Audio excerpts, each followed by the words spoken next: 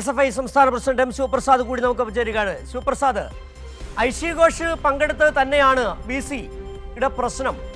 രാജ്യത്തെ മോദിയുടെ പ്രോട്ടോടൈപ്പുകൾ കേരളത്തിലെ എല്ലാ സർവകലാശാലകളിലും ഉണ്ട്. അത് MG സർവകലാശാലയിലെ മാവൂത്ത് ആയാലും ഇപ്പോൾ കണ്ണൂർ സർവകലാശാലയിലെ VC സാജു ആയാലും പ്രശ്നം മറ്റൊന്നുമല്ല. മോദി ഭരണകൂടത്തെ, ഫാഷിസ്റ്റ് ഭരണകൂടത്തിനെതിരെ നട്ടലുയർത്തി നിൽക്കുന്നത് SFI ആണ്, അതിന്റെ നേതൃത്വമാണ്. ഐഷി ഘോഷ് പങ്കെടുത്ത പരിപാടി തന്നെ. എങ്ങനെയാണ് SFI ഇതിനെ പ്രതിരോധിക്കുന്നത്?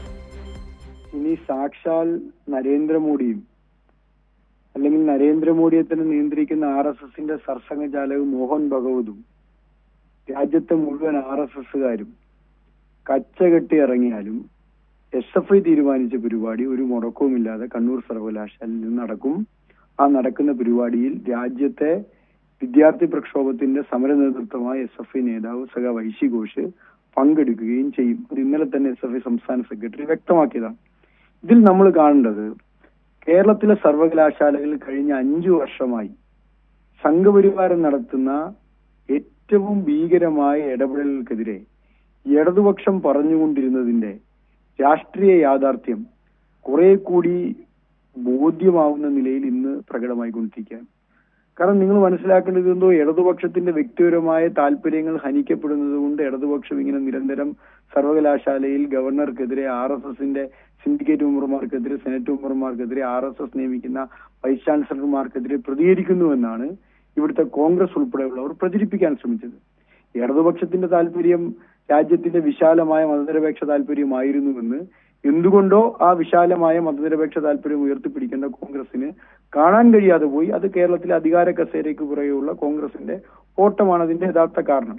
എന്നാൽ ഇന്ന് വിദ്യാർത്ഥി പ്രക്ഷോഭത്തിന് നേതൃത്വം കൊടുത്തൊരു വനിതാ നേതാവ്, SFI നേതാവ് എന്നതുപോലെ തന്നെ JNU പോലെ രാജ്യത്തെ പ്രധാനപ്പെട്ട ഒരു സർവകലാശാലയുടെ ചെയർപേഴ്സൺ ആയിരുന്ന ഒരു രാജ്യത്തെ പ്രധാനപ്പെട്ട വിദ്യാർത്ഥി നേതാവ്, ആ വിദ്യാർത്ഥി നേതാവിനെ പങ്കെടുപ്പിച്ച് ഒരു പരിപാടി സർവകലാശാല യൂണിയൻ തീരുമാനിക്കുമ്പോൾ അതിന് അനുമതി നിഷേധിക്കുകയാണ്. പണ്ട് നമ്മളിത് കേട്ടത് JNUവിലാണ്, ജാമിയ മില്ലയിലാണ്, അലിഗഡിലാണ്, സെൻട്രൽ യൂണിവേഴ്സിറ്റികളിലാണ്. ഇന്നിതാ UDF ഭരിക്കുന്ന കേരളത്തിൽ അവരുടെ മൂക്കിന് തുമ്പിൽ കണ്ണൂരിലെ ഒരു സർവകലാശാലയിൽ നടന്നിരിക്കുന്നു. അതായത് ഉത്തരേന്ത്യയിൽ എന്താണോ സംഘപരിവാരം 11 വർഷക്കാലം നടപ്പിലാക്കിയത്, നിരോധനങ്ങൾ, പരിപാടികളുടെ ബഹിഷ്കരണങ്ങൾ, വ്യക്തികളെ ബഹിഷ്കരിക്കുന്നത്, മാറ്റി നിർത്തുന്നത്, ആട്ടിപ്പായിക്കുന്നത്, പ്രതികരിക്കുന്നവരെ ഇല്ലാതാക്കുന്നത്, അത് അതേ നിലയിൽ ഇന്ന് കേരളത്തിലെ സർവകലാശാലയിലേക്ക് നടപ്പിലാക്കാൻ അവർ ധൈര്യപ്പെട്ടിരിക്കുന്നു, അവർ ഇറങ്ങിപ്പുറപ്പെട്ടിരിക്കുന്നു. അതിന് അവർക്ക് പറ്റുന്ന ചില കിങ്കരന്മാരായ വൈസ് ചാൻസലർമാരെ ഓരോ സർവകലാശാലയും അവർ പ്രതിഷ്ഠിച്ചു. ഇപ്പൊ ഈ ഗവൺമെന്റ്, UDF ഗവൺമെന്റ് വന്ന ശേഷം 2 പ്രധാനപ്പെട്ട സർവകലാശാല വൈസ് ചാൻസലർമാരെ നിയമിച്ചില്ലേ RSS? ഇടതുപക്ഷം ഭരിച്ചുകൊണ്ടിരുന്നപ്പോൾ അങ്ങനെ RSS നടത്തിയ കടന്നുകയറ്റത്തെ ശക്തമായി കേരളത്തിലെ ഇടതുപക്ഷ ഗവൺമെന്റ് എതിർത്തില്ലേ? നിയമപരമായി പോരാട്ടം നടത്തിയില്ലേ? ഒരക്ഷരം കേരളത്തിലെ UDFന്റെ മന്ത്രിമാർ മിണ്ടിയോ?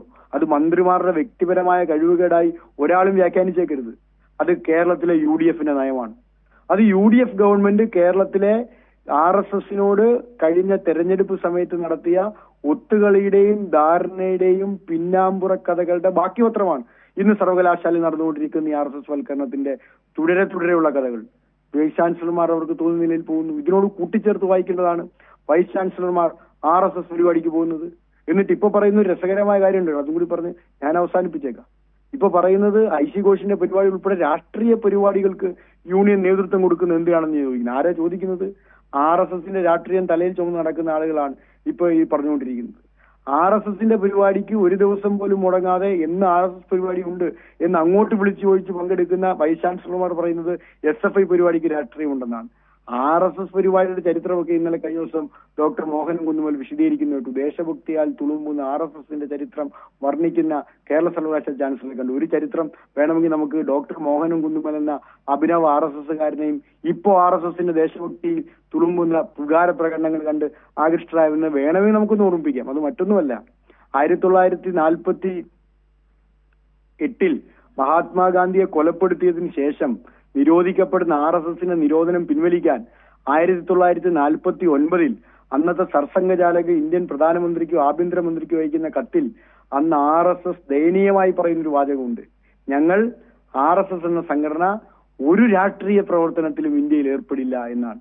അപ്പൊ ആ രാഷ്ട്രീയ പ്രവർത്തനത്തിൽ ഏർപ്പെടില്ല എന്ന് മഹാത്മാഗാന്ധിയെ കൊലപ്പെടുത്തിയതിന്റെ പേരിൽ നിരോധിക്കപ്പെട്ട RSS പറഞ്ഞത് നിലനിൽപ്പിന് വേണ്ടിയാണെങ്കിൽ അന്നത്തെ ആശയം തന്നെയാണ് ഇന്നത്തെ RSSകാർ പിന്തുടരുന്നതെങ്കിൽ രാഷ്ട്രീയത്തെ വേണമെങ്കിൽ അവർക്ക് എതിർക്കാവുന്നതാണ്. പക്ഷെ ഇന്നത്തെ പ്രശ്നം എന്താണെന്ന് ചോദിച്ചാൽ ഇന്ത്യയിലെ വിദ്യാർത്ഥികൾ, പ്രത്യേകിച്ച് കേരളത്തിലെ വിദ്യാർത്ഥികൾ, നിങ്ങളുടെ ഈ നിരോധനങ്ങൾ കൊണ്ടും അപവാദ പ്രചരണങ്ങൾ കൊണ്ടും കള്ളത്തരങ്ങൾ കൊണ്ടുമൊന്നും അവർ നടത്തുന്ന രാഷ്ട്രീയ സമരങ്ങളെ ദുർബലപ്പെടുത്താൻ പോയിട്ട് അവരുടെ രോമത്തിൽ ഒരു പോറലേൽപ്പിക്കാൻ കേരളത്തിലെ ഒരു ആഭ്യന്തര RSSന്റെ കിങ്കരന്മാർക്കും കഴിയില്ല. അതിന് RSSന്റെ വൈസ് ചാൻസലർമാരാവട്ടെ, അവരെ പിന്തുണയ്ക്കുന്ന ഗവർണർമാരായിക്കോട്ടെ, അവരെ പിന്തുണയ്ക്കാൻ വേണ്ടി ഇപ്പൊ കേരളത്തിൽ ഇറങ്ങിപ്പെട്ടിരിക്കുന്ന അഭിനവ RSSകാരായ UDF മന്ത്രിമാരായിക്കോട്ടെ, അവരൊന്നും വിചാരിച്ചാൽ സർഗാത്മകമായ വിദ്യാർത്ഥി യൂണിയൻ പ്രവർത്തനത്തെ, വിദ്യാർത്ഥികളുടെ സമര പ്രക്ഷോഭങ്ങളെ, അവർ ഉയർത്തിപ്പിടിക്കുന്ന റവല്യൂഷണറി ആയ ചിന്താഗതിയെ, ഇടതുപക്ഷ കാഴ്ചപ്പാടിനെ കേരളത്തിൽ ഇല്ലാതാക്കാൻ കഴിയില്ല. അവർ പ്രതികരിക്കും, അവർ പ്രതിഷേധിക്കും, അവർ രാജ്യത്ത് എമ്പാടുമുള്ള പ്രതിരോധം തീർക്കുന്ന മനുഷ്യരെ കേരളത്തിലേക്ക് ക്ഷണിച്ചു വരുത്തും, അവർക്ക് സംസാരിക്കാൻ വേദികൾ ഉയർത്തും, അവരുടെ പോരാട്ടങ്ങളെ അഭിവാദ്യം ചെയ്യും, അവർ നടത്തുന്ന പോരാട്ടങ്ങൾക്ക് പിന്തുണ പ്രഖ്യാപിക്കും. ആ പിന്തുണ പ്രഖ്യാപിക്കാൻ സർവകലാശാല യൂണിയനുകൾ ഉണ്ടാവും, SFI യൂണിറ്റ് കമ്മിറ്റികൾ ഉണ്ടാവും, അതിന് അണിനിരക്കാൻ കേരളത്തിലെ മുഴുവൻ മതനിരപേക്ഷവാദികളായ വിദ്യാർത്ഥികളും ഉണ്ടാവും. അതിൽ ഹാലലകിയിട്ട് കാര്യമില്ല. നിങ്ങൾക്കെതിരാണ് ഗ്രൗണ്ട് എന്ന കാര്യം, ആ റിയാലിറ്റി ബോധ്യപ്പെട്ട് ആമ തലവലിക്കുന്നത് പോലെ പിന്തിരിഞ്ഞ് ഈ പുറന്തോടിനുള്ളിൽ ഒതുങ്ങിക്കഴിയുന്നതാണ് കേരളത്തിലെ ഇപ്പോഴത്തെ അഭിനവ RSSന്റെ VC-മാർക്ക് നല്ലത് എന്ന് സ്നേഹപൂർവ്വം അവരെ ഓർമ്മപ്പെടുത്തുക. ശരി, വളരെ നന്ദി ശിവപ്രസാദ് ഈ സാഹചര്യത്തിൽ പ്രതികരിച്ചത്.